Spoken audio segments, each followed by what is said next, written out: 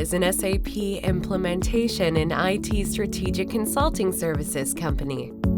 Akween Global was established with strong financial backup from well-respected and reputable investor companies and individuals whose high passion and commitment to provide business technology, solutions, and services.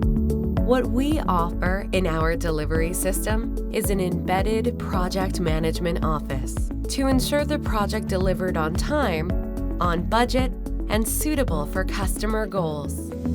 With this organizational strength, we truly believe that we can answer the most crucial customers' needs and return the finest IT solutions to support customers' business growth. Akween has two solutions consisting of SAP Solution and Implementation Services, helping companies of all sizes and in all industries to achieve their business goals and agility to win in this digital transformation era. Strategic Consulting Services, helping companies realize the benefits of digital transformation through strategic planning and execution while minimizing the risks involved. SAP Enterprise Resources Planning. Become an intelligent enterprise with intelligent ERP solutions with SAP S/4HANA. SAP CRM and customer experiences. Create seamless experiences to engage omni-channel customers. It is an intelligent cloud solution technologies across sales, marketing, commerce, and service to create seamless customer experience. SAP HR and people engagement. Make it easy for your employees and managers to grow and develop their teams with intelligent, automated HR processes and an intuitive user experience. SAP Analytics. Gain real-time insights with analytics and reporting software for SMEs. Single SaaS solution for data discovery, visualization, planning, and predictive capability to analyze, plan, and visualize using the user-friendly and intuitive HTML5 interface. SAP Application Support. We offer a package of maintenance support services that cover every function related to that already being implemented in the system in a certain period in order to improve the quality of the system while maximizing cost saving. For further information, please visit us at www.akween.co.id. Halo, selamat pagi teman-teman. Selamat datang di virtual event kolaborasi Techinesia dan Akween Global. Nama saya Putra Setiautama dari Techinesia dan dalam waktu 60 menit ke depan saya akan menemani diskusi panel hari ini tentunya bersama para narasumber yang ahli di bidangnya. Nah, hari ini kita akan ngebahas topik yang menurut saya sangat menarik ya, karena ketika seseorang menjalankan bisnis atau perusahaan menjalankan bisnis dan merilis produk digital, customer loyalty adalah kata-kata yang sering banget diucapin atau juga sering banget dijadikan matriks gitu ya. Seberapa banyak orang yang balik lagi menggunakan layanan kita, seberapa banyak orang yang akhirnya beli di layanan kita, dan lain sebagainya. Nah, hari ini kita akan ngebahas soal itu. Kita akan ngebahas dari sisi gimana cara menganalisanya lewat customer journey gitu ya. Nah, tapi tentunya bukan saya sendiri saja, nanti akan ada beberapa pembicara yang tentunya akan seru dan datang dari berbagai macam vertikal bisnis. Jadi kita akan bisa ngulik-ngulik sebenarnya apa aja best practice-nya, apa aja teknologi yang dipakai, dan gimana cara mereka mengolah banyaknya data untuk bisa dianalisa dan akhirnya bisa jadi output tersendiri untuk ningkatin customer loyalty.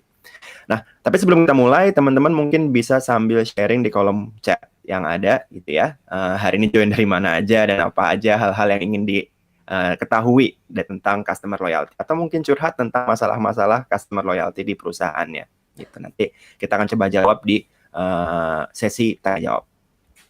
Nah, tapi sebelumnya saya mau berterima kasih ke Akween Global sebagai partner kita di event kali ini.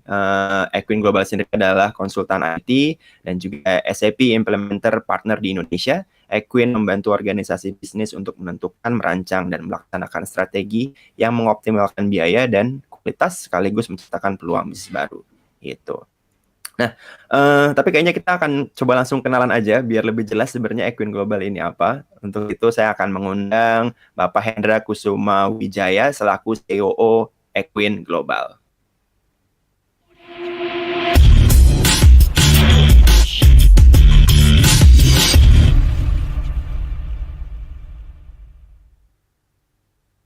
Selamat pagi Bapak Ibu sekalian yang kami kasihi, dan puji syukur kepada Yang Maha Kuasa kalau pada pagi hari ini kita bisa berkumpul secara online di sini dalam acara khusus untuk membahas mengenai masalah customer loyalty dan bagaimana bisa difasilitasi dengan teknologi. Nah, sedikit saya ingin mengulas sedikit mewakili dari perusahaan Equin bahwa dalam era globalisasi, dan terutama untuk di area industri 4.0 saat ini, tentunya teman-teman sekalian, Bapak Ibu sekalian yang memiliki perusahaan startup yang baru membangun atau sudah lama berjalan dan syukur sampai hari ini bisa tetap maju ya. Nah, tapi kita tidak boleh melupakan bahwa customer loyalty atau yang dihasilkan dari satisfaction level sampai menjadi loyal itu adalah satu perjalanan yang tidak bisa dibilang usaha yang tidak mudah.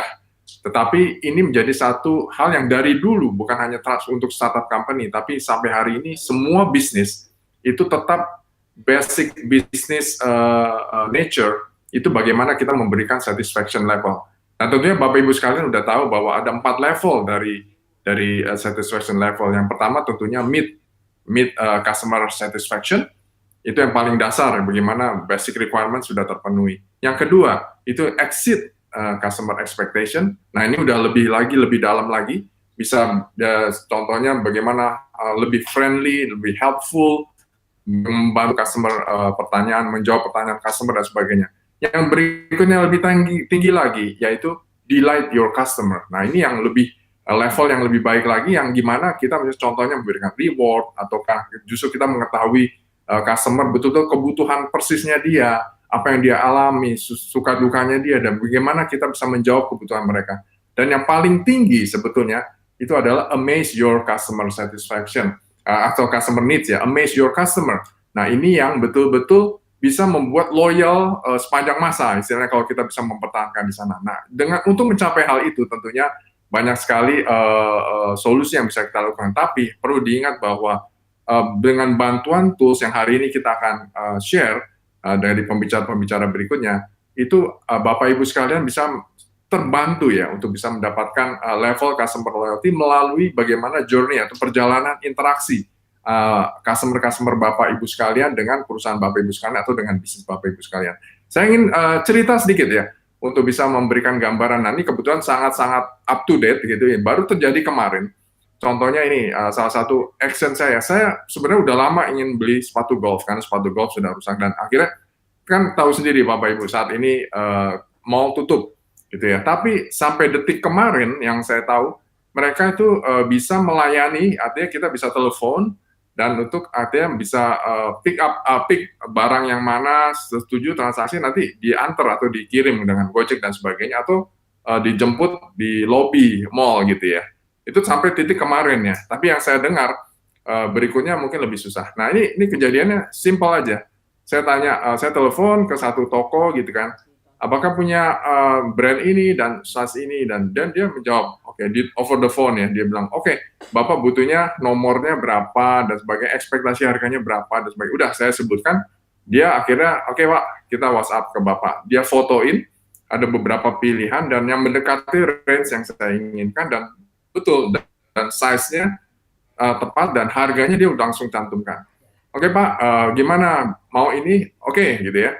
Saya bilang, oke, tapi Pak, gitu ya, yang saya juga cukup surprise, Bapak sebenarnya bisa dapat diskon 20% kalau beli 2 item. Nah, kemudian saya pikir, oh 2 item yang kedua harus apa? Oh, bebas Pak. Akhirnya dia mengusulkan apa? Kalau Bapak Ibu main golf, mungkin tahu ya, tee golf itu sangat murah ya, jadi kenapa si pegawai ini tidak menawarkan, barang kedua, misalnya stick golf, atau bag, atau bola yang di atas mungkin 600.000 lagi gitu ya. By the way, saya mau beli sepatunya di atas 1 juta ya, mungkin sedikit, nggak perlu saya sebut angkanya. Tapi dia menawarkan produk kedua beli saja tea, Pak. Itu kan sangat, dengan menambah 40.000, artinya saya mendapatkan diskon totalnya dua barang itu 20% diskonnya. Jadi itu udah wow, ini satu hal yang menarik. Oke, tapi ternyata saya pikir-pikir, kok belinya tea ya, jadi saya ingin glove gitu ya. Akhirnya dia juga menang, oke, ini glove yang kita punya semua dan harganya sekian. Itu sampai larut malam, jadi by the way sampai jam 8 malam yang saya tahu itu toko udah tutup kan. Sampai jam 9 dia masih jawab. Akhirnya malam dia WhatsApp lagi, maaf Pak, mulai hari ini, jadi besok dia bilang itu, bahwa kami tidak boleh standby lagi di mall. Jadi ini kebetulan tokonya ada di sebuah mall yang besar gitu ya. Jadi Bapak bisa menghubungi toko kami yang masih bisa melayani, yaitu di area Pondok Indah, di tempat driving range gitu ya. Jadi, nah oke, terima kasih Pak. Dan jadi itu ada satu experience yang walaupun singkat, tapi ini menjadi satu impresi buat saya. Saya tidak minta apa, tapi dia langsung memberikan informasi-informasi lebih lengkap. Jadi hari ini mungkin buat informasi buat Bapak Ibu, jadi betul-betul mau tidak ada yang standby dan tidak bisa beli seperti yang saya pikirnya tadinya bisa beli, jadi dijemput di lobby dan sebagainya, whatever itu ya. Nah itu yang ya ini menjaga protokol kesehatan dan bagus dan mereka bisa menerapkan dengan baik. Nah itu ada satu contoh, satu level di mana satu interaction dan interaksi-interaksi kecil semacam ini yang semakin banyak itu yang bisa meningkatkan semakin ternyata membuat impresi sangat positif terhadap toko tersebut, terhadap pelayan tersebut tentunya, pelayan toko tersebut, sehingga meningkatkan, kalau nanti saya lain kali beli di situ lagi. Dan itu semua bisa diukur, dan itu bisa disurvei. Nah, itu yang bagian dari apa yang hari ini akan kita paparkan. Saya kira untuk mempersingkat waktu, dan silakan Bapak Ibu menyimak sampai mungkin 55 menit ke depan, semoga hari ini bisa mendapatkan insight-insight yang baik untuk meningkatkan bisnis Bapak Ibu sekalian. Terima kasih untuk perhatiannya, dan saya kembalikan kepada Mas Putra. Terima kasih. Oke, thank you Pak Hendra, ini menarik sekali ya. Tadi use case-nya emang banyak banget interaksi-interaksi yang mikro yang sebenarnya dilakukan perusahaan lain yang konvensional mungkin yang dilakukan secara offline. Itu sebenarnya kalau di scaling dengan teknologi dan dibikin otomatis itu kayak bakal menarik. Tapi itu nanti kita akan bahas lah ya sama speaker-speaker kita gimana caranya dan apa aja yang bisa menentukan kalau ini orang kayaknya bakal jadi customer loyal kita dan bakal spend banyak di produk digital kita gitu. So kita akan langsung aja panggil pembicara-pembicara kita. Kita punya ada 3 pembicara yang menarik-menarik, punya background yang berbeda-beda. Nanti kita akan kulik ya best practice-nya di masing-masing perusahaan kayak gimana. Oke, aku akan invite Mas Teguh Bintang Nugraha, Lead Product Manager Traveloka Financial Service. Kemudian Mas Bayu Hardanto, SAP Pre-Sales Consulting Manager Equin Global. Dan juga Mas Raditya Perdana, Customer Experience Solution Advisor SAP.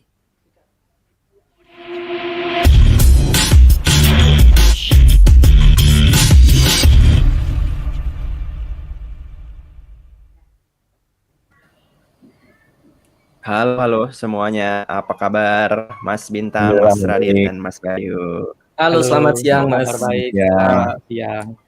Aman ya semuanya, sehat-sehat ya? Sehat, alhamdulillah. Alhamdulillah. Semoga juga yang nonton juga sehat, dijaga kesehatannya, dan juga jangan lupa prokesnya dijaga.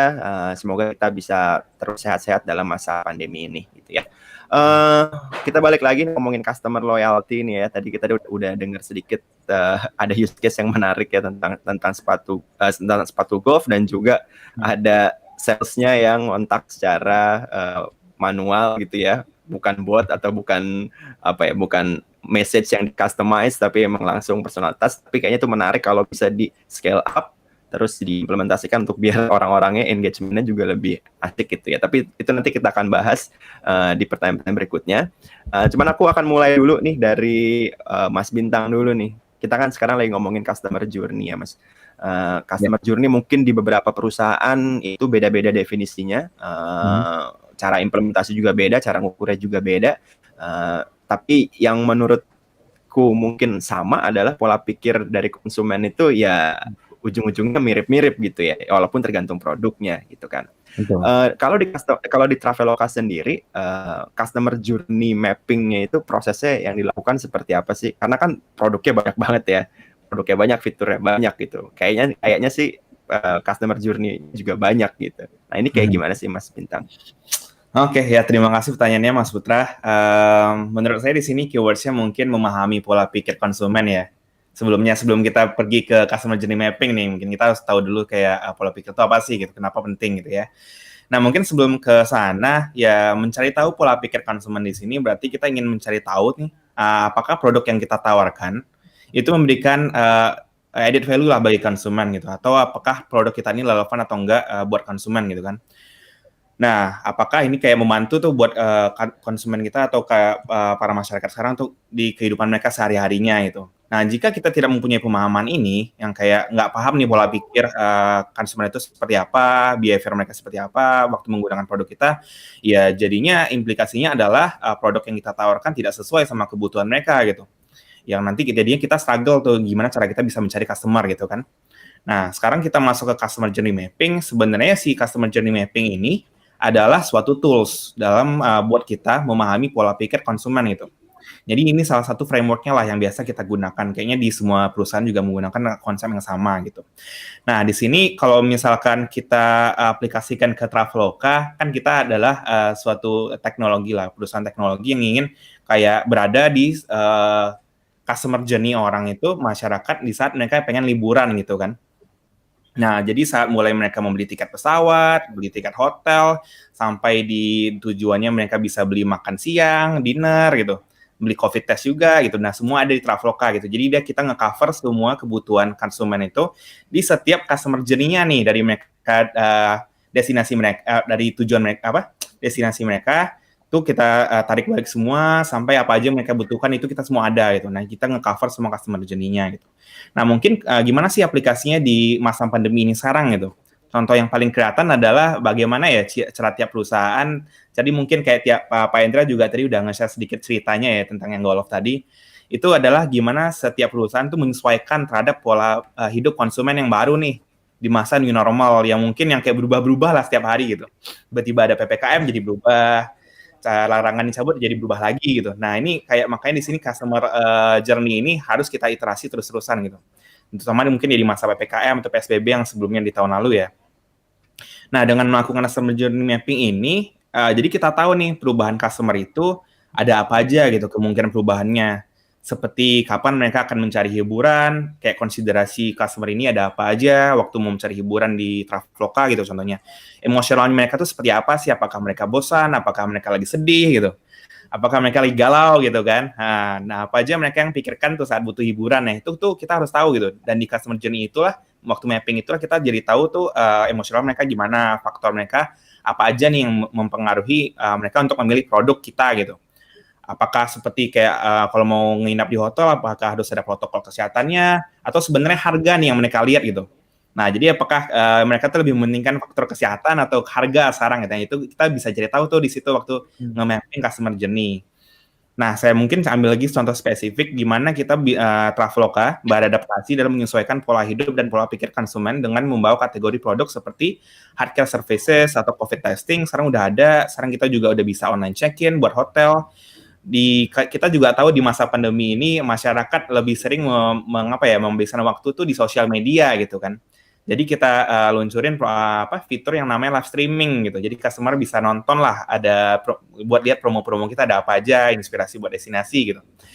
Nah, ada juga nih kita juga baru meluncurkan kayak food delivery service lah. Jadi mereka bisa customer bisa mau pesan makanan dari rumah, atau ya buat orang-orang yang udah nggak sabar pengen liburan bisa beli dulu hotel kita, bayar nanti gitu. Ada buy now, stay later gitu. Nah, semua ini kita luncurkan sesuai dengan pola hidup konsumen yang baru. Seperti itu sih, Mas Putra. Oke, ini menarik sih Mas ya. Kalau tadi aku dengar ini kelihatannya hal yang simple ya, tapi sebenarnya tadi kan disebutin banyak banget tuh. Iterasi, harus lihat gaya hidup orang, behavior, mood-nya, price sensitive-nya kayak gimana, mungkin empower-nya, bahkan usernya ada di mana gitu kan. Itu kan data yang sangat banyak Mas ya. Kalau dikerjain manual karena kan susah banget gitu ya. Tentunya kan data mentahnya aja datang udah banyak dan harus di-reset gitu kan.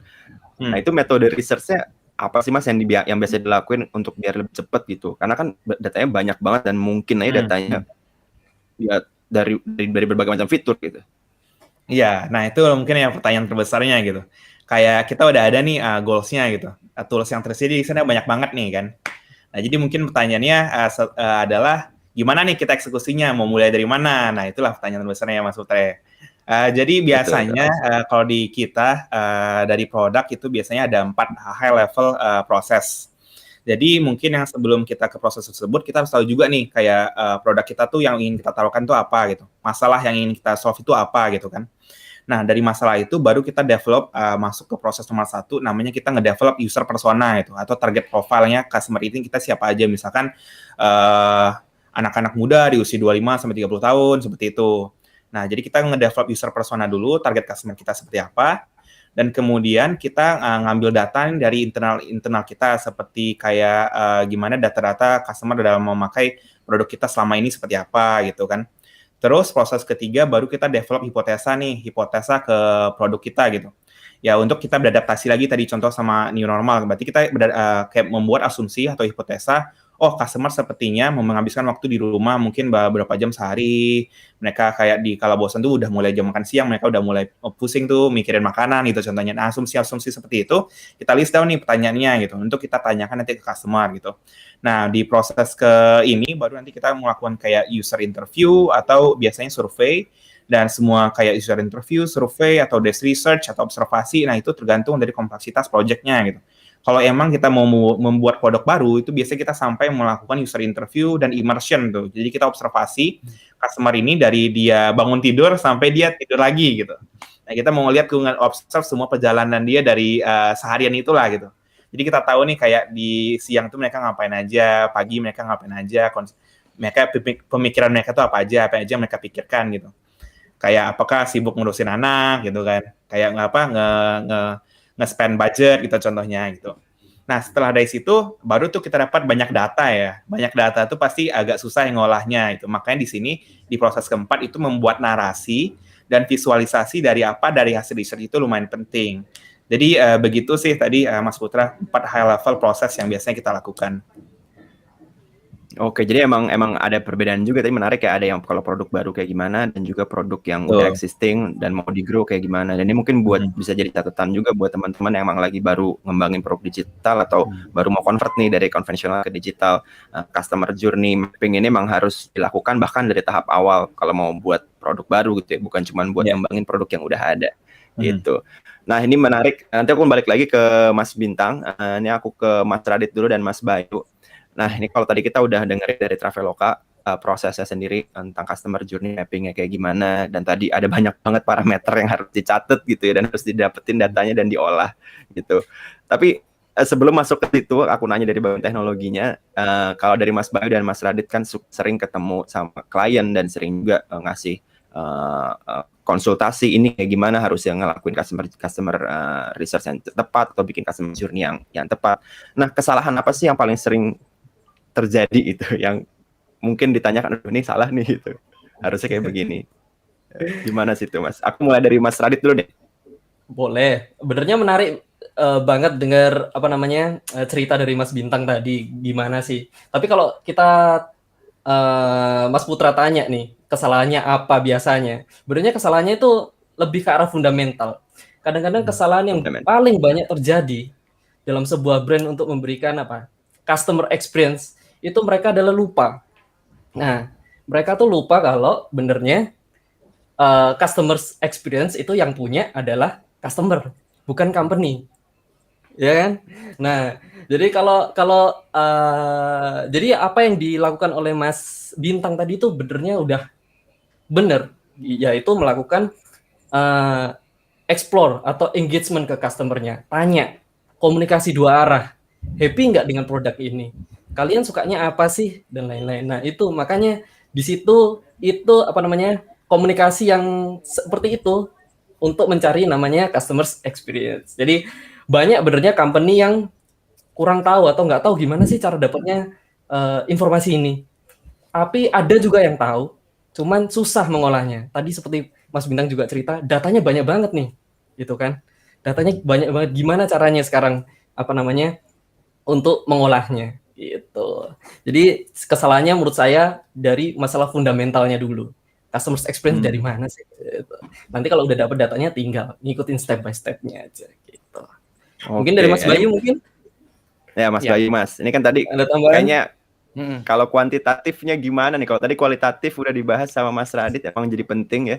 Tapi bagian kuantitatif ini kan kadang-kadang, aduh, gimana cara dapetnya segini banyak? Mungkin bisa aja dari nge-track gitu kan, nge-track journey-nya di apps-nya atau di webnya gitu kan. Tapi habis itu diapain gitu.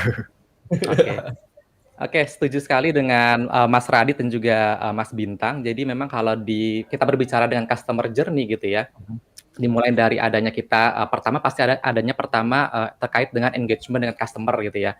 Bagaimana kita melakukan assessment terhadap customer, bagaimana kita melakukan interview terhadap suatu kebutuhan customer gitu ya. Bagaimana nanti kita masuk ke dalam fase implementasi, nanti baru itu masuk kita ke dalam warranty-nya, sampai nanti di fase paling ujung itu adalah kita membuat suatu innovation untuk supaya bisnis itu tetap sustain dan juga growth seperti itu. Nah, yang biasa terjadi permasalahannya sebenarnya mirip dengan yang dikatakan dengan Mas Radit gitu ya.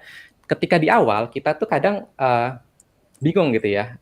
Sebenarnya customer experience itu sebenarnya yang dimiliki oleh experience terkait dengan customer gitu ya, bukan experience terkait dengan perusahaan. Nah, sometimes itu mempunyai tujuan yang tidak jelas gitu ya. Nah, tujuan yang tidak jelas tersebut sehingga mengakibatkan suatu kesalahan untuk kita melakukan berbagai macam implementasi terkait dengan inisiatif yang sudah kita terapkan gitu ya. Nah, impact-nya apa? Impact-nya adalah terkait dengan banyaknya biaya atau cost yang sudah kita keluarkan, tapi output-nya tidak sesuai ekspektasi, seperti itu. Nah, lalu di fase implementasi itu biasanya ada juga kesalahan gitu ya. Kesalahannya adalah terkait dengan kalau kita berbicara terkait dengan ekspektasi. Ketika di awal kita berbicara data gitu ya. Data yang diberikan ini ternyata tidak akurat. Data risetnya itu kurang tepat gitu ya. Sehingga di fase implementasi itu pun juga akan bergeser sesuai dengan dari ekspektasi gitu ya. Ataupun juga terlalu banyak karena kita tuh experience itu terkait dengan terlalu banyak ini ya asumsi gitu ya. Jadi kalau di dalam suatu perusahaan itu kadang menyimpulkan sebenarnya saya ingin mengeluarkan suatu produk gitu ya, tapi bisa saja produk saya punya di region A misalnya. Itu kan sesuai dengan asumsi gitu ya. Nah, untuk melakukan suatu data yang tepat kita harus melakukan survei yang tepat juga gitu ya. Nah, sehingga kita perlukan suatu pengolahan data yang cukup bagus gitu ya. Bagaimana nanti agar terhindar dari sesuatu yang tidak tepat. Nah, kalau kita berbicara terkait dengan data, mungkin istilahnya sekarang itu data is new oil gitu ya. Bukan lagi istilahnya data itu adalah segalanya gitu ya. Kita butuh data agar bisa melakukan analisa yang tepat gitu ya. Bagaimana kita nanti bisa melakukan address terkait dengan customer needs dan juga yang paling penting adalah kita how to build long term terkait dengan customer relationship seperti itu, Mas Putra. Oke, ini detail banget ya tentang asumsi ini kayak sering banget ya, karena kayak mungkin juga ini curhatan dari teman-teman yang lain ya, mengikuti apa kata bos jadinya ya, bukan kata usernya gitu. Tapi ya kadang-kadang jadi bias. Tapi kalau kita dalam sebuah organisasi punya satu source of truth gitu ya, source of truth mana data gitu, itu kayaknya bakal sangat-sangat ngebantu ya. Nah, aku mau singkat ke Mas Bintang. Kalau di Traveloka sendiri, pengalaman dari Mas Bintang sendiri kan pasti juga punya banyak, ada junior, ada ketemu orang juga, mungkin dimintain konsultasi juga, pendapat gitu ya. Kesalahan-kesalahan apa sih yang paling sering dilakukan ketika orang mau start bikin customer journey dari sisi produk gitu? Ya, terima kasih Mas Putra. Tadi kurang lebih sih sama ya sama ya Mas Radit sama Mas Bayu tadi. Biasanya itu ada 3. Mungkin pertama di waktu planningnya, terus kedua itu waktu eksekusi, dan ketiga mungkin di delivery ya. Kita mungkin nge-breakdown jadi 3 itu. Nah, di planning itu tadi yang seperti Mas Bayu bilang, itu mungkin yang terkait sama pertanyaannya, kayak customer profile-nya. Cuma mungkin yang saya mau tekankan yang paling sering ya itu ya adalah challenge-nya itu buat menentukan siapa sih yang harus kita interview. Data apa yang harusnya kita ambil. Nah, itulah pertanyaan kuncinya gitu. Kita membuat produk nih, misalkan buat Traveloka gift voucher gitu, salah satu produk saya juga. Nah, itu tuh siapa saja sih yang butuh kayak produk itu gitu. Nah, jangan sampai kita kayak mengambil dari orang yang mungkin ya nggak pernah membeli gift voucher contohnya ya, kan jadinya agak susah atau agak conflicting, jadinya kita ngambil data dari tempat yang salah gitu. Nah di situ makanya di tahap planning ini, makanya kita harus benar-benar hati-hati dengan mencari tahu dulu nih produk kita itu memecahkan masalah apa, kita harus ngobrol ke siapa gitu, dan kenapanya gitu. Jadi kita harus tahu nih kenapa, misalkan saya harus ngomong sama Mas Putra contohnya, apa aja yang ingin saya dapat dari Mas Putra itu. Nah itu tuh kita harus benar-benar hati menentukan target profile gitu ya. Biasanya cara menghindarinya yang tadi kita harus tahu dulu ini produk kita tuh buat apa gitu, siapa aja yang cocok berproduk kita ini gitu. Terus dan kenapanya kita harus ngobrol sama customer profile seperti ini gitu. Itu dalam tahap planning. Dalam tahap kedua tadi mungkin ya sesuai juga sama yang Mas Radit bilang sama Mas Bayu juga, kayak customer experience tuh ya tergantung customer-nya gitu kan, bukan tergantung kitanya. Nah di sini kadang kita agak bias gitu, kita udah punya solusi ya, kita udah punya produk, dan semua pertanyaan yang kita buat nih, atau semua interview yang kita buat, proses research kita buat, itu terlalu mengarahkan ke solusi yang kita buat gitu. Jadinya ya kayak hasilnya tuh jadi ambigu gitu, agak bias nih gitu. Nah di situ sih biasanya kayak common mistake ya di dalam tahap eksekusi. Jadi kita menanyakan atau terlalu mengarahkan customer ini waktu saat interview, waktu saat observasi ke solusi yang udah kita buat gitu. Kadang karena kita udah stick nih sama salah satu solusi, jadinya semua mindset kita ke sana gitu. Padahal sebenarnya customer ya ke kiri, kita malah ke kanan gitu. Kayak kita terlalu strong gitu. Makanya di sini kita harus mencoba lebih open minded dan selalu kayak fokus gitu ke customer-nya gitu. Jadi kita jangan fokus ke misalkan list pertanyaan yang cuma kita harus ngelihat tuh dari sisi customer-nya waktu melakukan interview begitu. Nah, ketiga ini mungkin dalam tahap delivery ya. Jadi mungkin kita udah dapat nih data-data yang udah komplit, udah benar, udah lengkap banget gitu.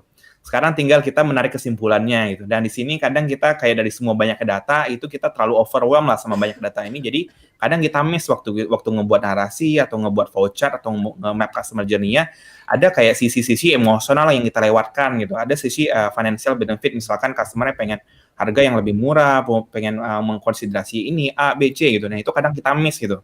Karena banyaknya data yang mungkin tadi saya bilang kan kita harus observasi ya, dari dia bangun tidur sampai dia tidur tuh kita harus benar-benar tahu gitu mereka tuh ngakuin apa-apa aja.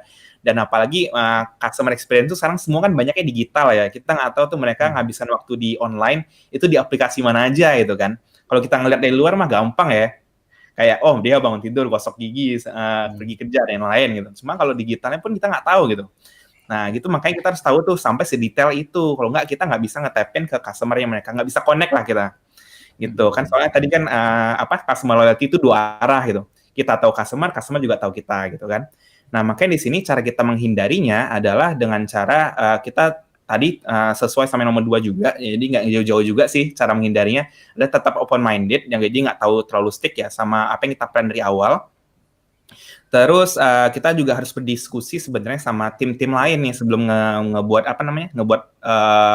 deliver solusi gitu. Seperti kayak kita harus berdiskusi juga sama tim sales, operations, engineering, marketing, dan semualah yang kayak punya perspektif juga dari customer. Jadi kita nggak punya perspektif kita sendiri. Jadi kita tahu nih apa aja yang harus kita deliver gitu, apa aja yang harus kita lihat waktu saat mendeliver visualnya, begitu sih Mas Putra.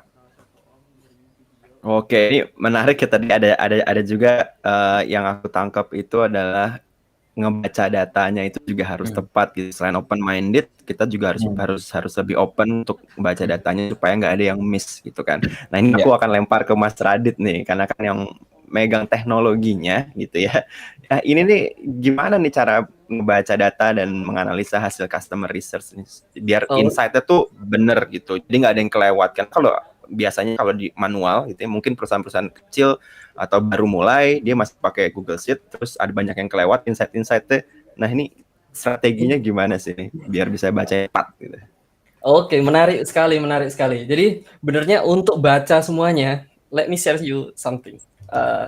Jadi untuk baca semuanya, ini saya akan share sedikit portfolio dari SAP namanya SAP Customer Experience. Kalau teman-teman semuanya mungkin nggak asing sama SAP kan pemain ERP gitu kan. Ternyata enggak, kita itu udah dari lama juga main di Customer Experience. Jadi pertanyaan tadi, gimana kita bisa efektif untuk membaca dan menganalisa customer kita di tiap journey-nya. Nah, di SAP Customer Experience ini kita punya beberapa modul yang disesuaikan dengan customer journey dari customer kita. Jadi pertama kita punya commerce platform di sini, kemudian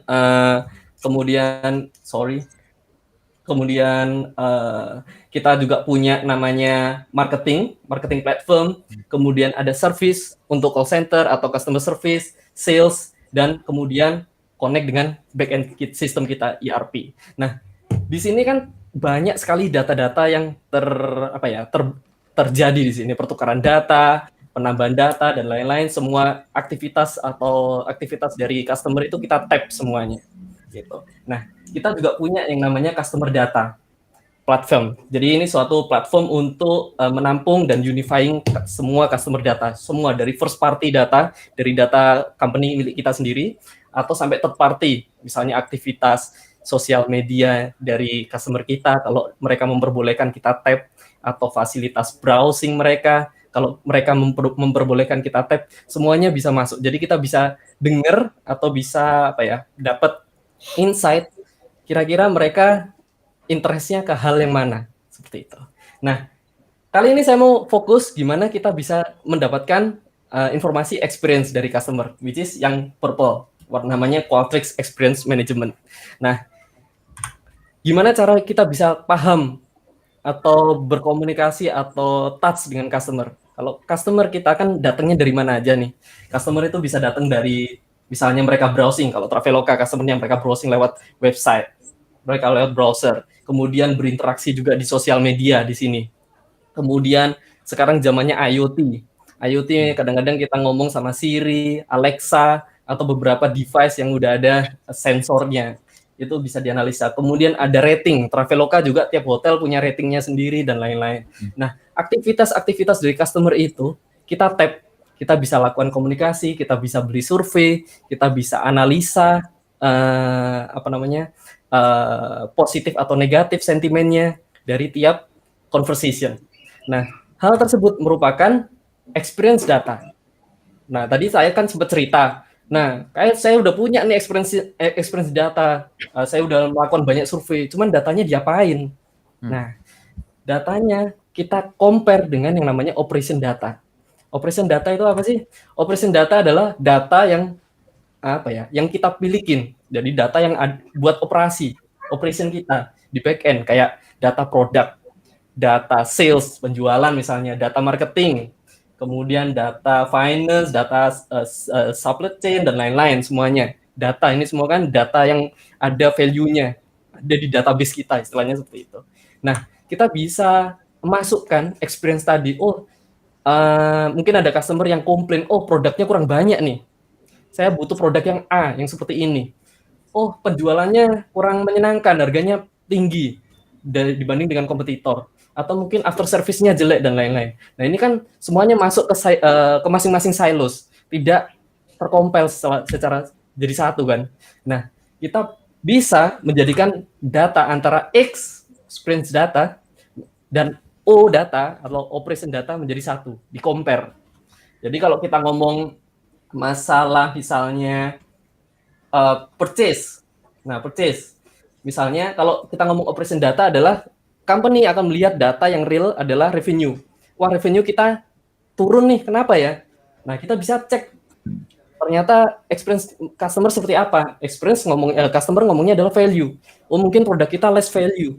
Kita harus meningkatkan value dari produk kita. Apa aja? Nah, itu yang bisa kita pikirkan. Atau mungkin ngomongin masalah service, customer service atau support. Kalau di internal company, kita ngomongnya operation datanya adalah SLA atau resolution.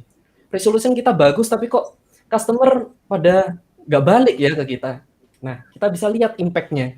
Walaupun SLA kita baik, kita bisa solve customer cepat nih misalnya, tapi apakah customer puas? Apakah customer happy dengan service kita? Gitu kan? Nah, itu hal itu yang hanya bisa dijawab oleh customer itu sendiri. Kita company cuma punya operation data. Bentuknya seperti apa? Ya, bentuknya seperti ini. Jadi analisanya. Jadi ini analisa dari Qualtrics System Experience Management kita. Jadi kita bisa lihat salah satu contohnya adalah ini saya mencoba zoom ini. Nggak bisa. Nah, pertama kita bisa lihat NPS, kemudian kita bisa lihat juga NPS per customer journey. Jadi kita bisa lihat nih customer journey waktu kita melakukan delivery produk, apakah customer happy pada saat itu, atau waktu saat customer melakukan komplain, apakah happy saat itu. Nah, kita bisa breakdown itu, dan banyak sekali insight-insight di dalam sini, termasuk tadi NPS, kemudian T-set, customer satisfaction, kemudian kita bisa bandingkan juga sama revenue. Jadi, dan satu titik juga revenue, kalau kita ngomong revenue, customer experience ini berbanding lurus dengan revenue. Semakin customer experience kita bagus, revenue kita juga pasti akan ngikutin. Jadi, kenapa customer semua, company semua sekarang kok pada jalannya pengen memberikan experience yang terbaik ke customer. Saat ini jarang orang yang perang harga lagi, tapi lebih ke arah memberikan experience yang lebih. Ya karena itu, semakin bagus customer experience, customer itu nggak akan lihat price lagi, tapi mereka melihat apa ya, image, brand image, dan kebanggaan dan experience untuk memakai barang tersebut. Kira-kira itu dari saya. Wah, thank you nih Mas Radit. Ini jadi mengingatkan saya ketika pertama kali sama paket Traveloka nih ya, karena kebetulan ada Mas Bintang ya, kita ngomong Travelokanya di depan orangnya aja ya.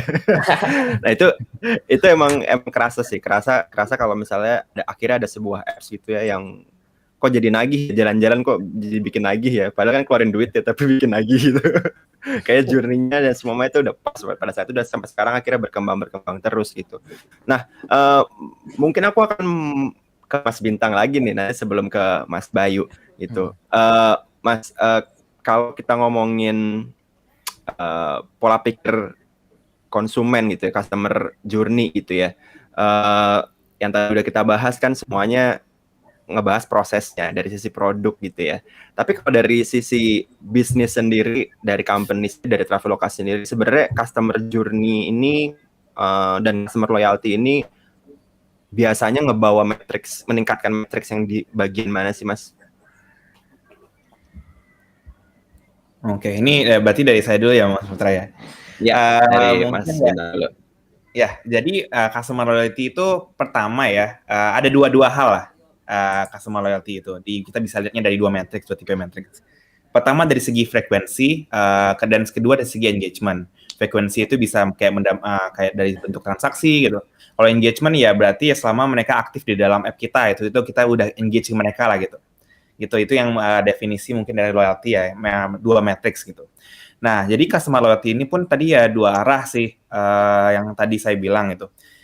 Jadi apa yang kita dapat adalah apa yang kita berikan gitu, dan untuk ke customer gitu kan. Dan agar hubungan ini terjaga ya sebagai perusahaan harus menginvestasikan waktu untuk memahami konsumen.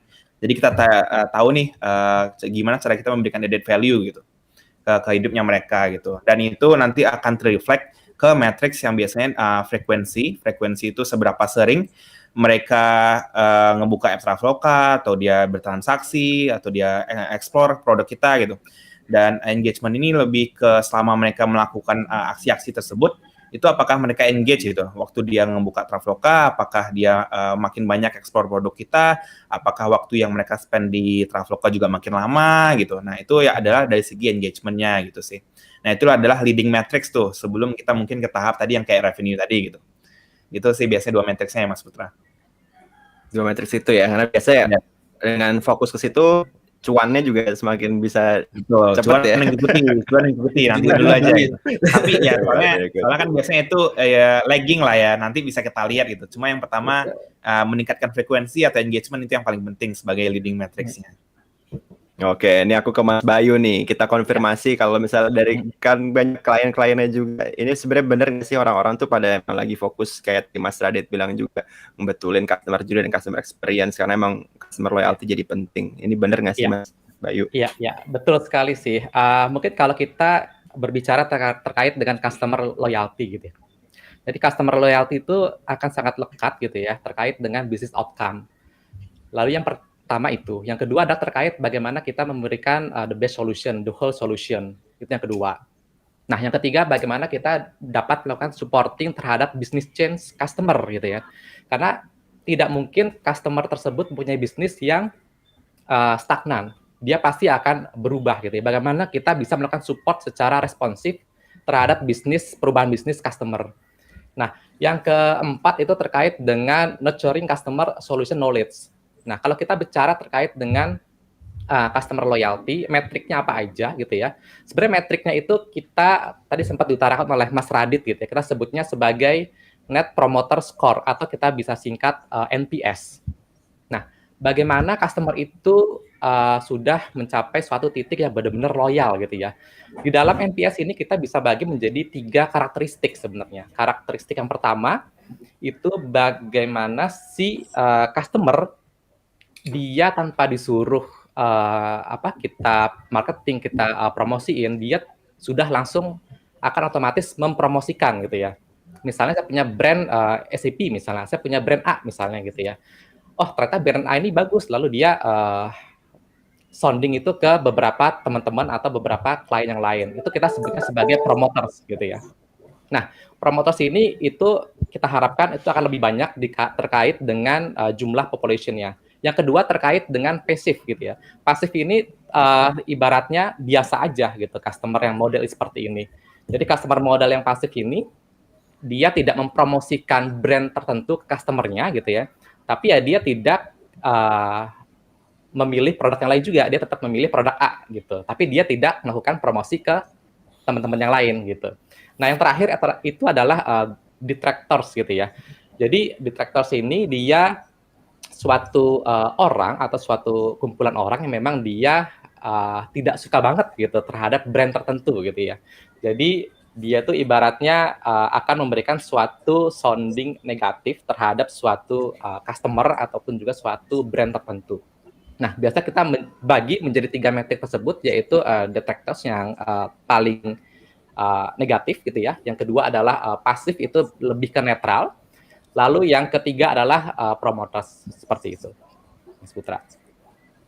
Oke, ini menarik ya. Tapi tadi kalau aku ngeliat kan emang dari tadi kita ngomongin ada teknologinya gitu ya. Terus kalau dari Traveloka mereka punya user yang cukup banyak dan datanya juga bisa di-compile, terus juga bisa di interview juga gitu kan. Tadi kita ngomongin itu semua, tapi gimana nih cara sebenarnya Mas Bayu ngegabungin antara teknologi yang ada sekarang yang tadi Mas Radit bilang sama ya implementasi, karena kan implementasi beda cerita ya gitu. Ya. Kan kadang-kadang rumit juga, perlu waktu juga dan lain-lain gitu. Iya. Kalau dari Mas Bayu ada tips and tricks sendiri nggak sih gabungin teknologi dan implementasi? Iya. Sebenarnya terkait dengan teknologi dia juga pasti beriringan berjalan terkait dengan customer experience juga gitu ya, apa yang dibutuhkan oleh customer gitu ya. Nah sebenarnya simple rumusnya gitu ya. Suatu teknologi tersebut dia harus customer centric gitu ya. Jadi customer centric itu apa aja ciri-cirinya? Yang pertama dia terkait dengan responsif gitu ya. Mana ada customer yang sekarang mau menunggu lama gitu ya. Dia pengen cepat, dia pengen real time. Nah kita sebutnya sebagai responsiveness gitu ya.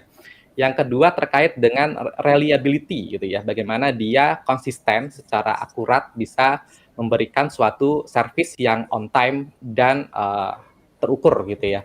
Yang kedua adalah assurance ya. Bagaimana kita bisa menjamin gitu ya suatu produk A ini untuk after sales-nya. Bagaimana kita bisa memberikan support terhadap yang sudah kita lakukan gitu ya.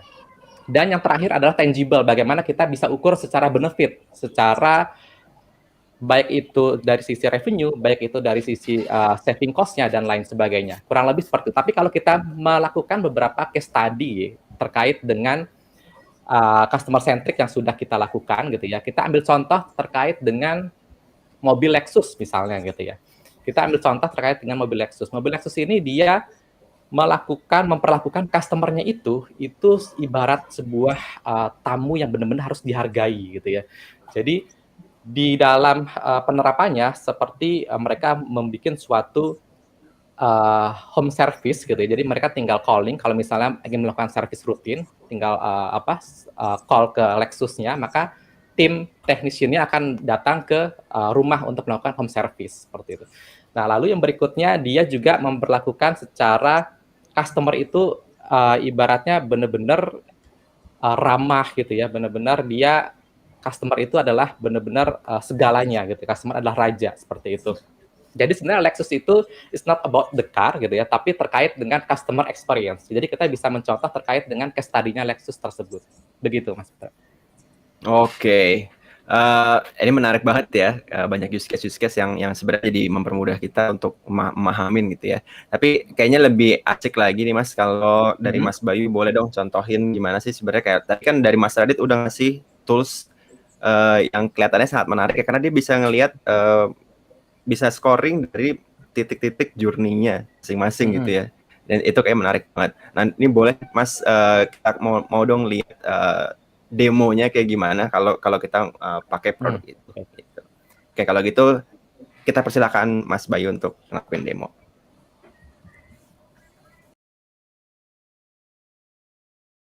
Jadi di sini saya akan coba memberikan suatu contoh terkait dengan bagaimana kita mengolah data gitu ya. Tadi kita punya data terkait dengan data operation, data experience seperti itu. Nah, ini terkait dengan suatu yang kita sebut sebagai intelligent enterprise. Jadi kalau kita terkait dengan era sekarang adalah era experience economy gitu ya. Era experience economy itu suatu persaingan yang cukup ketat bagaimana suatu sistem juga dapat melakukan secara cerdas gitu ya. Apa saja cirinya? Yang pertama dia harus bisa melakukan machine learning dan dia juga punya support untuk terkait dengan RPA juga. Lalu terkait dengan conversational AI, bagaimana dia melakukan situation handling, bagaimana nanti dia bisa support terhadap IoT yang sekarang juga naik daun, lalu terkait dengan big data management, dan terakhir adalah application data, seperti itu. Nah, sebelumnya ini pengantar sedikit, tadi sempat diutarakan juga oleh Mas Radit, terkait dengan OData dan juga X-Data. Kalau kita bicara OData, itu seperti data operation, yang berkaitan dengan, let's say ada data logistik, ada procurement, data manufacture, finance, dan lain sebagainya.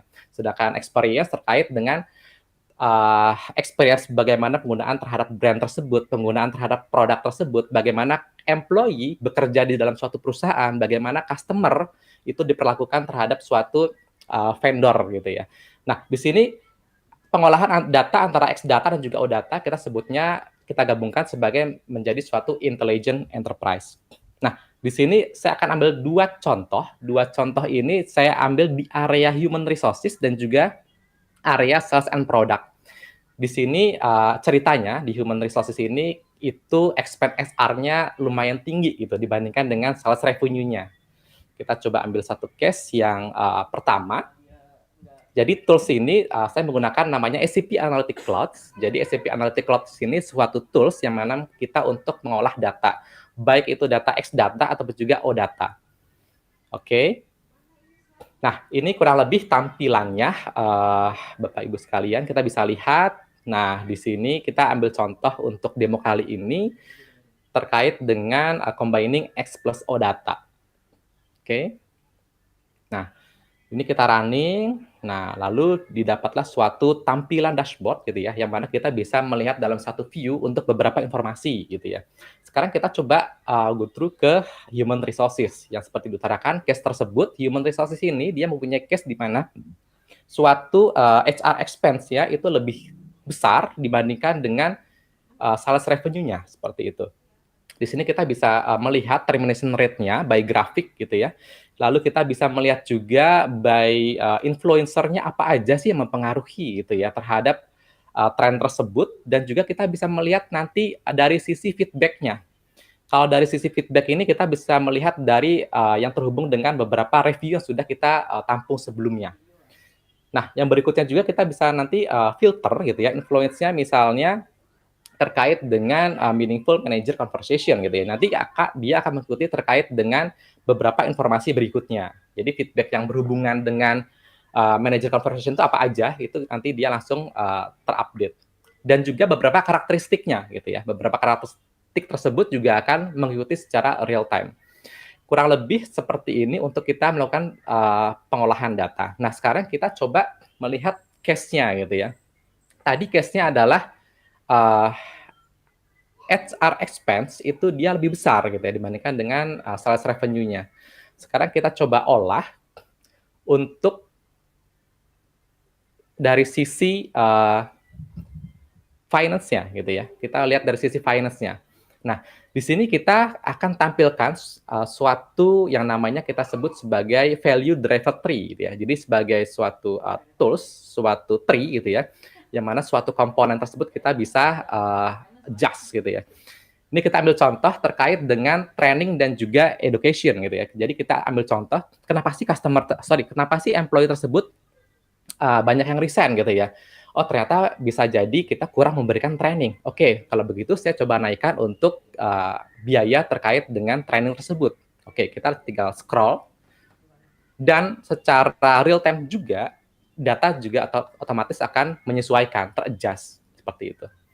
Nah, yang berikutnya dengan kita bisa memberikan retain terhadap employee kita harapannya juga dapat menurunkan terkait dengan HR recruitment gitu ya. Karena HR recruitment tersebut juga membutuhkan cost yang besar bagaimana kita melakukan iklan dan seterusnya gitu ya.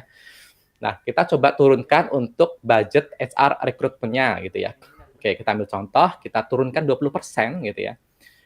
Sehingga kita bisa melihat nanti di sisi atas ini sudah tampak hijau gitu ya. Sudah tampak hijau. Jadi ini suatu green light yang cukup bagus untuk kita melakukan suatu planning secara finance-nya ke depan. Ya. Oke, setelah kita melakukan adjust secara budget gitu ya, sekarang kita coba masuk lagi terhadap beberapa profil dari employee yang sudah kita lihat tadi ya, beberapa resikonya gitu ya. Kita di sini bisa tampilkan resiko-resiko tersebut, misalnya by profile ada si A, ada si B, ada si Budi dan seterusnya gitu ya. Kita bisa melihat risk score-nya di sini ya. Kita bisa melihat risk score. Kalau dia merah itu berarti dia resikonya cukup tinggi. Kenapa cukup tinggi? Itu yang perlu kita lihat. Karir progression-nya atau feedback-nya itu yang nanti kita coba optimize, kita review lagi, kita analisa kembali apa saja sih yang kurang, apakah dia perlu coaching, apakah dia perlu training, dan lain sebagainya, seperti itu. Oke, nah yang berikutnya sekarang saya akan masuk ke dalam suatu case yang berikutnya terkait dengan sales dan juga produk. Tadi kita berada di area HR, human resources, bagaimana kita bisa melakukan planning gitu ya, supaya nanti HR expense-nya lebih turun dengan cara kita menaikkan budget untuk training dan juga education. Nah, sekarang bagaimana perlakuannya di sales and product gitu ya. Sales and product-nya juga sama, jadi kita bisa melihat, kita anggap saja di suatu perusahaan ini adalah suatu perusahaan sepatu gitu ya. Sekarang lagi tren nih, karena WFH gitu ya, banyak dituntut untuk kita selalu sehat gitu ya. Bagaimana kita untuk sehat, ada yang bersepeda, ada yang jogging, lari gitu ya. Kita akan coba berjalan-jalan untuk case kali ini dengan menggunakan company sepatu gitu ya contohnya. Jadi dalam suatu case yang ini kita menggunakan data yang kita ambil feedback-nya itu dari Qualtrics. Jadi Qualtrics tersebut adalah suatu tools, suatu software dari SAP yang mana memang dia khusus untuk experience management. Di sini kita bisa melihat dari X data dan juga O data yang terjadi terhadap SUS company tersebut. Nah, kita bisa lihat secara penjualan, secara revenue itu yang paling besar adalah terkait dengan sepatu basketball gitu ya, 95. Gitu. Tapi kenapa dia merah gitu ya? Kalau dia merah itu berarti ada something, ada scoring yang tidak sesuai dengan target kita gitu ya. Nah, kita bisa melihat dari sisi bawahnya, coba kita filter terlebih dahulu untuk basketball shoes-nya ini, kenapa sih gitu ya? Kita bisa melihat trennya bahwa si NPS score-nya ini dalam bulan terakhir ini turun drastis gitu ya. Di Januari, Februari, bahkan di tahun lalu itu juga turun. Gitu. Kita bisa melihat di sini. Coba kita lebih detail lagi di 1 bulan sebelumnya gitu ya. Anggap saja di bulan Februari. Ternyata kita bisa melihat di sini ada beberapa karakteristik atau juga parameter yang turun. Kita ambil contoh terkait dengan produk quality satisfaction gitu ya. Ternyata produk quality satisfaction-nya cukup kecil, 1.0 dibandingkan dengan baseline-nya. Lalu terkait dengan customer support satisfaction itu juga sangat kecil, yaitu 1.3.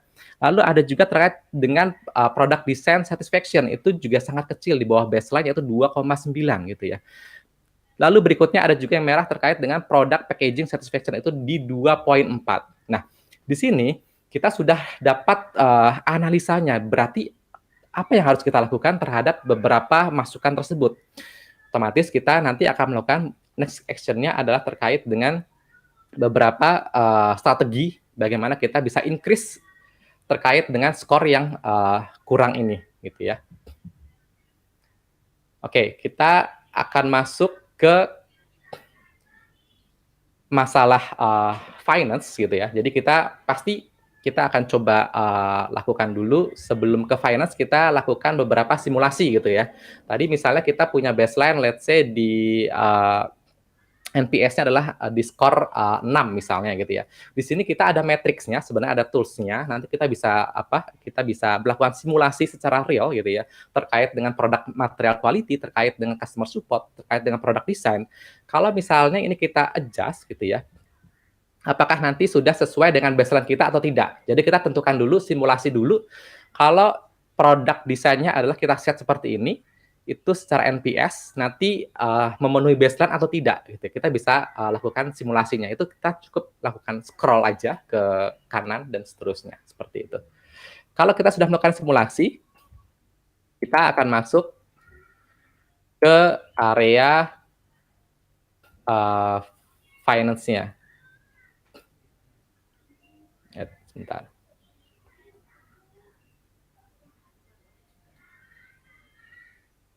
Ya.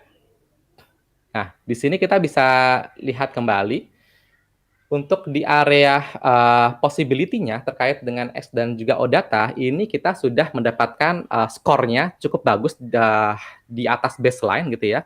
Yang pertama adalah terkait dengan product quality. Product quality sudah menjadi biru sekarang kalau kita lihat di sini ya. Udah 3.7. Lalu ada customer support satisfaction juga di 3.8. Lalu ada product design satisfaction di 4.0. Jadi tadi kita ibaratnya sudah memberikan suatu perubahan, kita sudah memberikan suatu suntikan dana gitu kan. Kita menaikkan dari sisi product quality. Kita beli barang raw materialnya yang grade A misalnya gitu ya. Kita menaikkan secara budget marketingnya, marketing campaign-nya kita naikkan misalnya. Itu semua nanti akan berbanding lurus juga terhadap revenue seperti itu. Oke. Nah, di sini kita juga nanti bisa melihat gitu ya, top upcoming deals-nya apa gitu ya. Oh, ternyata ada Green Heights Shoes gitu ya. Jadi kita bisa mempredik nih dalam beberapa forecast ke depannya, beberapa karakteristik atau produk yang akan menjadi upcoming deals yang akan kita engage gitu ya. Kalau dia ternyata ada suatu yang merah gitu ya, itu yang perlu kita lakukan take action. Itu yang perlu kita lakukan suatu pembenahan. Jangan sampai yang merah ini menjadi lebih turun secara penjualan gitu ya. Yang mana nanti impact-nya terhadap suatu bisnis sustain gitu ya.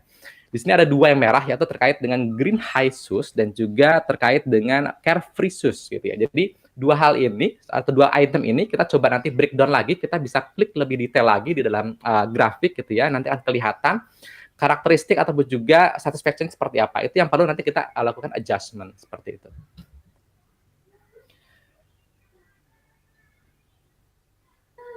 Ya. Oke, kurang lebih seperti itu sekilas terkait dengan produk highlight yang saya tampilkan gitu ya. Jadi kalau misalnya ada yang ingin ditanyakan nanti bisa langsung kontak saya gitu kan, ke mobile phone juga boleh gitu atau ke email juga boleh seperti itu. Oke Mas, terima kasih. Tadi udah banyak banget ya yang udah didemokan. Ada banyak case-case juga. Jadi nanti kalau mau teman-teman yang di sini tertarik untuk improve customer journey dan customer loyalty-nya bisa langsung kontak Mas Baik. Tadi ada kontaknya ya. Mungkin bisa teman-teman Tech Indonesia drop juga kontak di kolom komentar. Oke, ngomongin kolom komentar ya. Kita masuk ke Q&A gitu ya. Tanya jawab. Aku akan undang lagi Mas Bintang dan Mas Radit ke atas panggung. Kita akan mulai jawab pertanyaan dari peserta. Ini udah banyak nih pertanyaan-pertanyaannya, menarik-menarik. Jadi aku harus baca lagi supaya ngerti pertanyaannya karena kayaknya lumayan berat ya pertanyaannya. Oke, ini aku mulai dari satu, ada pertanyaan dari Kurnia Desi ya. Nah ini kayaknya buat semuanya sih sebenarnya ya. Ini bagaimana caranya mengconvert detectors atau passive customers untuk menjadi delight gitu ya. Wah, ini apakah perlu dilakukan survei lebih lanjut untuk mengetahui penyebabnya atau mungkin lihat data aja cukup gitu. Ini mungkin aku ke Mas Bintang dulu kali ya. Oke, Mas Putra, terima kasih pertanyaannya, Mbak Kurnia. Jadi pertanyaannya gimana caranya mengkonvert detractors atau pasif itu menjadi di-like ya? Berarti dari ujung ke ujung ya itu ya. Survei lebih lanjut tuh untuk menjawabnya. Survei mungkin kalau misalkan dari segi jumlah size-nya ya. Jadi kan tadi seperti saya bilang ini kalau kita melakukan metode itu, kita harus tahu dulu nih kayak seberapa besar effort-nya gitu ya. Jadi kita harus tahu juga kalau misalkan penyebab dari detractors-nya itu atau pasifnya itu adalah karena masalah yang mungkin kita asumsinya kita mungkin bisa start dulu ya dari segi survei jika hal yang itu sudah lumayan clear, apa kita punya hipotesa yang lumayan clear. Jadi contohnya apakah dari segi harga atau segala macam, dan itu kan kita bisa conduct survei ya. Dan itu pun kalau mau survei kita mungkin size-nya juga harusnya gede gitu. Jadi kayak apakah si passive customer ini kayak 1 juta dari 1.500.000 user gitu kan. Jadi kan mending kita pakai survei aja gitu. Dan ini pakai survei kita mungkin lebih ke itunya ya. Untuk udah tahu nih kita hipotesanya gitu. Cuma apakah buat detailnya lagi, biasanya itu setelah survei, baru kita ngelihat kayak ada kayak persebaran distribusinya gimana setelah survei itu. Nah setelah survei itu, untuk menjadi di-like, ini PR kedua gitu. PR keduanya adalah gimana caranya, kan tadi dari ujung ke ujung, jadi yang di ujung ini kita harus tahu dulu kayak masalahnya itu apa. Kita udah dapat masalahnya tuh dari hipotesa kita gimana tadi, dengan kita belas survei. Setelah kita dapat survei kan kita dapat datanya itu baru kita nanti kayak buat hipotesa lagi gitu. Kita udah harus dive deep nih dari datanya itu, makanya kita harus nge-develop kayak another research lah, yang dimana kita mungkin harus interview lebih dalam nih customer yang pasif itu dan mempunyai kayak persamaan lah gitu. Jadi mungkin kayak customer kita interview mungkin punya sampling aja dari banyaknya customer itu gitu sih, untuk kita mengconvert nih gitu. Soalnya mengconvert itu adalah salah satu PR yang lumayan cukup itulah berat ya. Makanya kita harus lebih tahu lebih dalam gitu. Dan mungkin tadi bisa juga kayak nge-develop customer journey mapping-nya seperti itu. Oke. Aku move ke Mas Radit nih. Nah, ini kalau dari sisi teknologi, ada nggak sih sebenarnya cara yang mungkin belum banyak orang tahu gitu? Siapa tahu bisa jadi tips and trick tersendiri. Oke. Jadi benernya yang dijelasin sama Mas Bintang itu kalau di summary mungkin seperti ini ya. Jadi pertama adalah listen. Jadi tadi dengerin, kemudian understand, kemudian yang terakhir adalah act. Jadi act-nya gimana nih setelah kita bisa listen, understand, dan act. Nah, dengan aplikasi kita yang tadi sudah bisa menggabungkan antara experience data dan operation data, nah kita punya analisa untuk mengeluarkan output kira-kira detractor ini bagaimana cara untuk meningkatkannya step by step-nya. Contohnya seperti ini. Coba saya lihatkan di sini. Nah, ini adalah beberapa key driver dari NPS. Kalau bisa dilihat di sini agak kecil nih. Jadi kita bisa lihat nih ada merah di sini, which is incorrect item delivery. Jadi kita ada masalah untuk misalnya saat pengiriman barangnya sering tidak sesuai. Tapi kita juga punya bagus, salah satunya ya brand value kita bagus, speed of delivery kita bagus, website navigation bagus, staff kita juga bagus. Nah itu semua didapat dari experience dari customer tadi. Ya tadi kita melakukan survei, tanya jawab, lebih detail. Dan secara teknologi kita menggunakan AI dan machine learning untuk memberikan inputan atau suggestion ke tim produk atau tim R&D. Kalau kita bisa melakukan perubahan, misalnya ini, kita bisa dapat impact tinggi kalau kita bisa deliver lebih bagus. Jadi ini hasil analisa seperti impact-nya ada 3 seperti ini, itu dia menganalisa, kita impact-nya saat ini karena jelek, karena waktu kita deliver itu sering salah. Nah, kalau kita bisa melakukan hal ini lebih bagus, maka NPS atau kepuasan customer kita pasti akan lebih naik. Begitu juga dengan hal yang lain seperti ini, strength. Kita sangat strength di misalnya price. Kita juga sangat strength untuk di hal-hal yang lain. Nah, gitu. Dari sistem teknologi tadi, itu semoga bisa menjawab. Jadi kita punya platform untuk membandingkan X dan O plus ada suggestion-nya. Gitu kira-kira, Mas. Oke, ini jadi membantu mempermudah hidup Mas Bintang nih sebenarnya. Iya, orang-orang produk. Udah bisa cepat lagi kita buat menarik problemnya. Iya betul. Kan yang paling males kan adalah koleksi nih. Ngirim survei gampang, ngirim survei ke 1 Iya. juta orang, 13. Begitu dapat Nah, masih iya. kita baca satu-satu tuh. pusing ya. Itu pusing. Oke, kalau benar ya. Jadi ya ini teknologi sepertinya bisa membantu teman-teman produk juga, dan teman-teman produk bisa jadi makin produktif ya. Jadi biar lebih mikir tadi ya, karena kan lebih harus open minded gitu ya. Udah punya resultnya tadi kata Mas Rizky juga sempat disampaikan ya.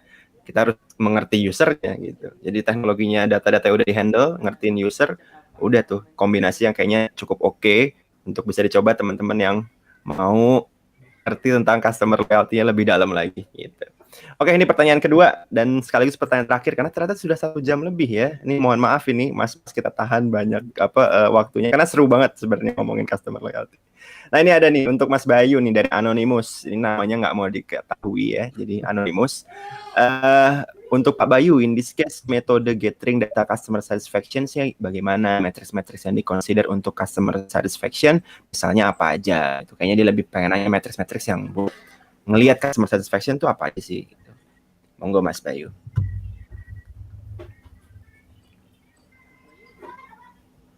Oke, ya. Thank you Mas Putra. Oke. Jadi pertanyaannya adalah in this case metode gathering data customer satisfaction bagaimana gitu ya, matriks-matriks yang di-consider untuk customer satisfaction misalnya apa aja. Oke. Sebenarnya kalau kita bicara terkait dengan data customer satisfaction gitu ya. Data customer satisfaction tadi kita ibaratkan kita bagi menjadi 3 kelompok gitu ya. Ada kelompok yang detractors gitu ya, ada passive sama dengan promoters yang memang dia yang kita harapkan sebagai champion kita gitu ya. Nah, sebenarnya terkait dengan case metode gathering ini gitu ya. Jadi kita sebenarnya ada beberapa cara gitu ya. Ada beberapa cara atau beberapa approach yang memang kita nanti bisa terapkan ke customer kita gitu ya. Sebenarnya cukup simpel gitu ya. Bagaimana nanti kita melakukan approaching customer itu dengan empati gitu ya. Dengan hati. Kalau kita misalnya ibaratnya ada heart dan juga head gitu ya. Jadi pikiran dan juga hati memang kita harus gabungkan gitu ya. Nah, terkait dengan pengolahan datanya memang kita cukup banyak sekali yang bisa kita lakukan, yang bagaimana kita bisa lakukan improvisasi juga gitu ya. Biasanya kita melihat data itu dengan melakukan beberapa klasifikasi gitu ya. Dengan melakukan beberapa klasifikasi, kita kelompokkan gitu ya. Lalu yang pertama kita lakukan comparison gitu ya. Kita lakukan comparison, kita kotak-kotakan gitu kan. Tadi mana saja yang menjadi suatu concern kita, let's say tadi di tahun 2021 kita compare dengan 2020 misalnya gitu ya. Lalu setelah itu kita number 2-nya adalah kita melakukan ranking gitu ya. Ranking itu adalah bagaimana nanti kita melakukan misalnya top 5 customer kita gitu. Jadi dengan melakukan ranking ini harapannya kita bisa memberikan suatu service yang lebih juga terhadap suatu customer gitu ya. Bagaimana nanti kita juga bisa menentukan treatment atau juga planning atau strategi kita ke depannya untuk beberapa top 5 customer misalnya gitu ya. Nah, yang berikutnya ada object rating. Object rating ini bisa berbagai macam objek gitu ya. Misalnya kita menentukan terkait dengan objek dari sisi supplier, objek terkait dengan dari sisi produk, objek terkait dengan dari sisi region dan seterusnya gitu. Lalu yang tidak kalah penting adalah terkait dengan influence-nya yang tadi sempat saya tampilkan, bagaimana kita bisa melihat influence-nya atau juga resikonya itu seperti apa. Lalu setelah kita kelompok-kelompokkan, lalu kita bisa membuat suatu pembacaan data atau penganalisa data gitu ya dengan lebih efisien dan juga lebih efektif. Mungkin yang sangat-sangat penting bagi kita semua sebenarnya, kesuksesan customer itu adalah kesuksesan kita juga gitu. Jadi harapannya dengan customer itu semakin growth secara bisnis, kita juga akan semakin growth juga secara bisnis. Kurang lebih seperti itu, Mas Putra. Thank you. Oke, Mas Bayu, terima kasih. Ini kayaknya sudah 1 jam lebih ya kita ngobrol. Tadi banyak banget dari mulai dari memahamin customer, terus juga bikin customer journey mapping-nya, metode-metodenya apa aja yang dipakai, terus juga tadi sempat kita ngelihat teknologi gimana ngebantu orang-orang yang ada di produk nih bisa lebih fokus ke ini gimana nih user kita ini secara emosional kayak apa, jadi di handle juga dari sisi teknologinya, jadi semuanya bisa digabungin dan akhirnya ngehasilin sebuah experience yang bagus dalam waktu yang kita bisa ambil decision yang cukup cepat gitu dengan adanya teknologi, dan juga kita mau mahamin dari usernya gitu. Oke, kalau gitu ini kayaknya kita udah sebentar lagi waktu jam makan siang ya. Jadi terima kasih sekali untuk Mas Bayu, Mas Radit, dan Mas Bintang udah mau bagi-bagi insight-nya tentang customer journey, customer loyalty, dan juga teknologi yang bisa ngebantu kita untuk mempermudah ngeproses itu semua gitu. Oke, kalau gitu terima kasih juga untuk teman-teman yang udah nonton dari jam berapa tadi, 10:30 ya sampai sekarang. Thank you banget yang udah stay, dan pertanyaan-pertanyaannya sorry banget kalau kita masih belum bisa jawab semuanya. Akhir kata, saya Putra Setia Utama pamit, dan para pemirsa juga pamit. Sekali lagi jaga kesehatan semuanya, teman-teman yang di rumah juga jaga kesehatan. Sampai ketemu lagi di sesi-sesi berikutnya. Mohon maaf kalau ada salah-salah kata, dan jangan lupa stay tune terus di sosial media Techinesia Indonesia, dan sampai jumpa. Terima kasih semua. Terima kasih Mas Radit, terima kasih Mas Bayu. Thank you Mas Bintang, Mas Bayu. Ya, makasih Mas Radit, Mas Bayu, Mas Putra. Bye.